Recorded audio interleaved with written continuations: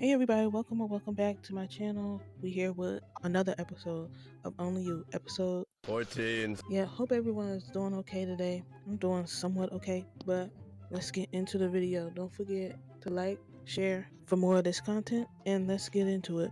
We at the house with Isla and her dad. He's helping her to the couch. She's still trying to get in contact with Tawan. Dana tries to draw her attention to food, but she ain't playing. She like, can you just tell me the truth about Tawan? He gives her an envelope with divorce papers inside. Isla is gutted, as expected. Dana talking about they just need her signature so the divorce can be legally valid. Isla is bewildered and wants to know why have me marry her just to turn around and force a divorce.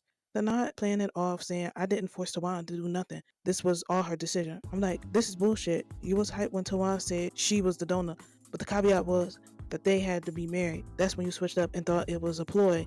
So quit lying, Dana. Be for real with yourself. Anyway, Isla ain't buying his bullshit either. She like, nope, false. I've got a new kidney now. Why would she want a divorce?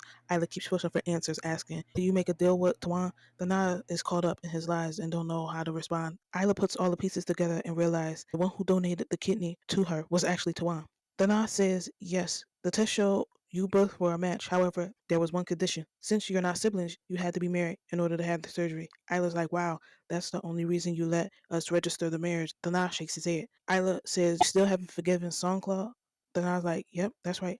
Isla says, so during the recovery, where was Tawan? He's like, she was right next door to us. And once strong enough, Tawan flew back to Thailand before us. Isla's last question to him is, where is she now? He talk about, I don't know where she is. Now, I understand Isla right now. Isla was told her wife and her father will be there before and after the operation. And then you wake up and don't see your wife. You can't contact her. And you're in a foreign country? That shit is scary to me. I'm not mad at Isla for reacting this way. Isla goes to her room and starts frantically emailing Tawan in hopes of getting a response. She's typing stuff like, you really leave me again without saying goodbye? How could you be so cool? Tawan finally sends an email back and it says, live a happy life. Take care of yourself. Isla is happy-ish, sorta, because she got a reply. She wants to know where exactly Tawan is, but Tawan goes silent once again. Isla calms herself and states no matter where Tawan is, she'll find her, and proceeds to strengthen herself in order to do so. Dana asks if she's okay. She like, I'm alright.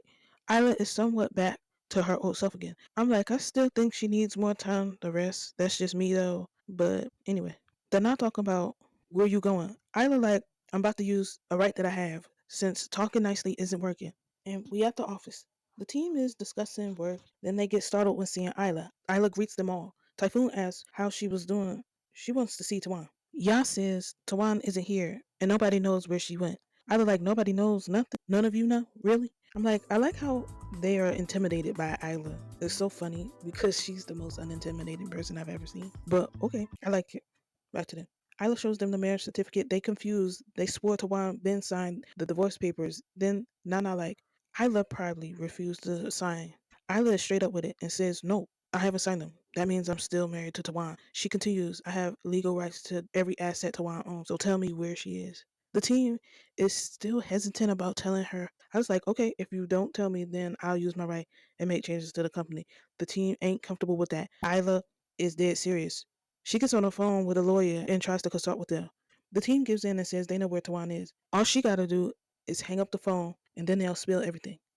Jump to Sunclaw and Thana. Thana like, say what you gotta say. Sunclaw talk about, I wanna apologize for everything I did wrong to you and Isla, and for letting greed destroy the trust you had in me. Sunclaw continues saying, I don't know if it's too late for forgiveness, but when I think of Tawan and Isla, they love each other.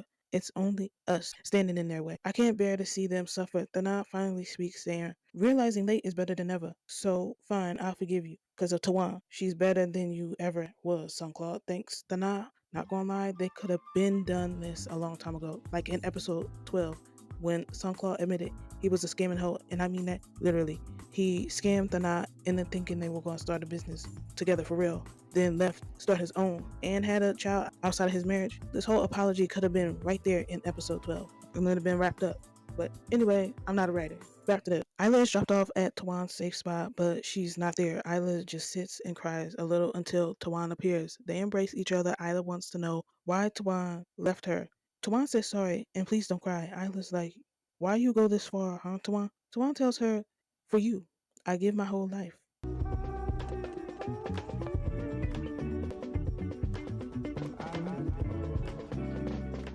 Isla says, you say that, but yet you left me alone. Tawan is on mute. I was like, I got the new kidney and a new life I was going to have.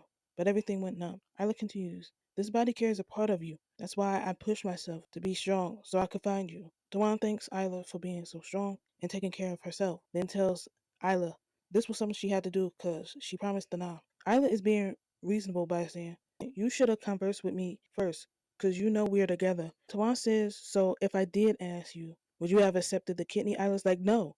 Tawan talking about, you know how sick I would have been if you didn't accept the kidney? Isla says, but your body and your life won't be the same though. Tawan says that don't matter because you can live the rest of the life for me. Isla says, nah. Now back to Dana and Songclaw.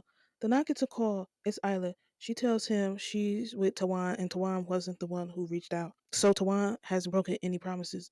Isla says also she'll never divorce Tawan no matter what. Songclaw like, cool, don't divorce. We settled everything over here. Tawan and Isla are shocked to see them together. Then I like, once you're arrested, come back, because the companies might merge soon. The call ends, then Tawan and Isla hug and kiss. Then it's a new day, and Isla is going back to work. Key tells her that there's an important client that boss wants to introduce to Isla. So much so that the boss came to welcome her. The boss comes in, rushing to Isla to get her ready to go get makeup done and try to squeeze in another sound check for her. Isla says, but I ain't late. So boss like, yeah, I know you're never late, but we gotta be super ready. Then boss asks if Isla is up for this. Isla's like, yeah. Boss just making sure, cause if not, she's already prepared another set that involves no dancing or fast songs, just ballads. Isla's like, you ain't gotta cut it down no more, cause if you do, it won't even be a concert anymore. Boss says, are you sure? Tawan's like, Isla can handle it. Key informs boss that the client has arrived. Y'all, the client is due. I'm done. I am done. Not a link up moment. I'm joking. Anyway, back to the story. Boss gives Dude a huge hug, talking about I missed you. You ain't get lost, did you? Dude like, of course not. Boss saying, I thought you would have said you let love guide the way. Tawana and Isla watching this heavy flirting going on. They peeping that there's others among them. Anyway, Boss finally gets back on track and introduces Tawan and Isla to her friend. Dude congratulates Isla.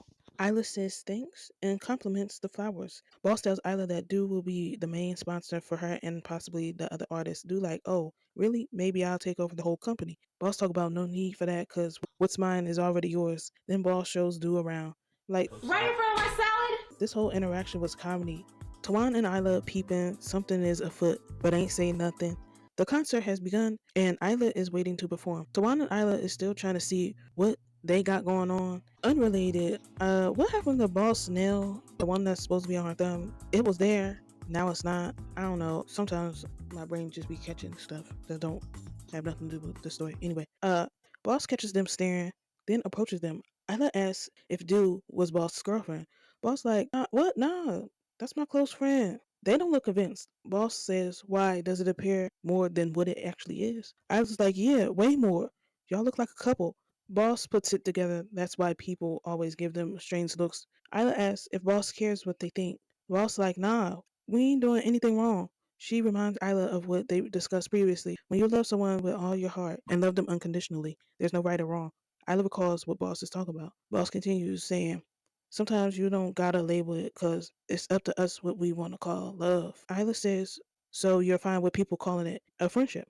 Boss like, yes, that's fine. There's no breakups, just a steady, long-lasting bond. Tawan says, but lovers can be steady and long-lasting too. Boss like, that's true. It's now Isla's turn to go perform on stage now, and as always, she ate and left not a crumb in sight. Now we hop over to them sleeping. Then Tawan wakes up and kisses Isla's shoulder and nudges her. However, Isla doesn't want to because she's the moon that wakes up late. Tawan's like, come on, wake up. We got important things to do. We need to get dressed. Isla is serious. She ain't getting up. Tawan counts to three. They both up. They walk in on their dads in the kitchen preparing a meal. They look mortified. Songclaw criticizes the not cutting abilities. They're not like, what's wrong with it? Then he asks if Songclaw washed the vegetables correctly. Songclaw like, yes, I did. Tawan and Isla head back to the tents. Tawan says she left a note for both of the parents by the elevator. I was like, they won't be mad, right? Tawan's like, I don't know. We'll probably talk to them later. Isla asks if Tawan is hungry because she's willing to cook. Tawan's like, it'd be better if we went out to eat. Isla is sulky because Tawan wouldn't let her play housewife. Tawan's like, I just don't want you getting tired. They go out to eat at the Caltex. In my mind, when I see this, is this like Wawa or Rural Farms over here? I live in Philly. I know you can get breakfast, lunch, and dinner at the gas station, but I'm sure y'all food over there is fresher than any of these places over here. I don't know. Anyway, back to them. They sleeping, and Isla is the first to wake up this time. She's using her nose to wake up Tawan. Tawan says today the sun wants to sleep in a little. The moon has woken up too early. Isla's like, alright, if the sun going to sleep, the moon is going to sneak a kiss. Isla does by playfully kissing her. Tawan is loving it though. Then she gets up, kisses Isla's forehead, and then they just make out. After they done with all that, they see a car pulling up in front of the tents. Tawan tells Isla to head back in the tent. Then she pulls the burner out and approaches the car. They roll down the window, and it's Lena Mew, or Jane and Lynn, from Safe Zone. Not a crossover moment. Will Tawan and Isla also be in Safe Zone? Never mind. Back to them. Lynn like, we got lost. She asks Tawan which way the main road is. Jane compliments Tawan's safe spot. Isla rushes in like, yes, yeah, pretty, gorgeous. However, this is a private area, then proceeds to give them directions to the main road. Jane retains all of that and thanks Tawan and Isla, then leaves. Isla's like, them two are cute and pretty, right? Tawan stays silent. Isla keeps pressing, aren't they, Tawan? Tawan's like, if I say yes, I'm in trouble. If I don't say, I'd be lying. Tawan says, you're the prettiest in the world. No one tops you. It's night now, and Tawan gives Isla another bracelet. Isla thanks her, and Tawan puts it on her. I'm like, I don't know if they got this from the jewelry they got from the Tiffany & Co. thing. Back to them. Isla like, meeting, knowing, falling in love ain't easy. First you notice each other, then you start to like each other, then slowly get attached. Before you know it, you're in love. Tawan thanks Isla for being born, for her to love, and says, moving forward, we'll live for each other. Isla nods, and that's the end of episode 14. Y'all, I'm glad Tawan and Isla got on the same page. I'm not ready to leave the series yet, but y'all, out of all 14 episodes, I don't think there's an episode where Isla ain't crying or on the verge of crying. Like, at some point, I was like, damn, whoever wrote this wanted to see Orm just cry nonstop. I did like that Only You was an original concept, not based off of a book. I wouldn't mind more original GLs. I wonder if Mek is ever going to own up to what he did to Isla or not. Also, I still would want to know more about Tawan's stay in Hong Kong. I know she was there for quite a while and training to be a bodyguard. I also want to know how she acquired these friends that allowed her to use their team for her own game. Like, what was Tawan dealing with while she was in Hong Kong? I wish they could have explored that more or did like a flashback of what it was like in Hong Kong for her. But this whole series showed me that communication, it really is key, because a lot of decisions and events wouldn't have happened if people would have just communicated. Anyway, y'all, this has been the finale of Only You.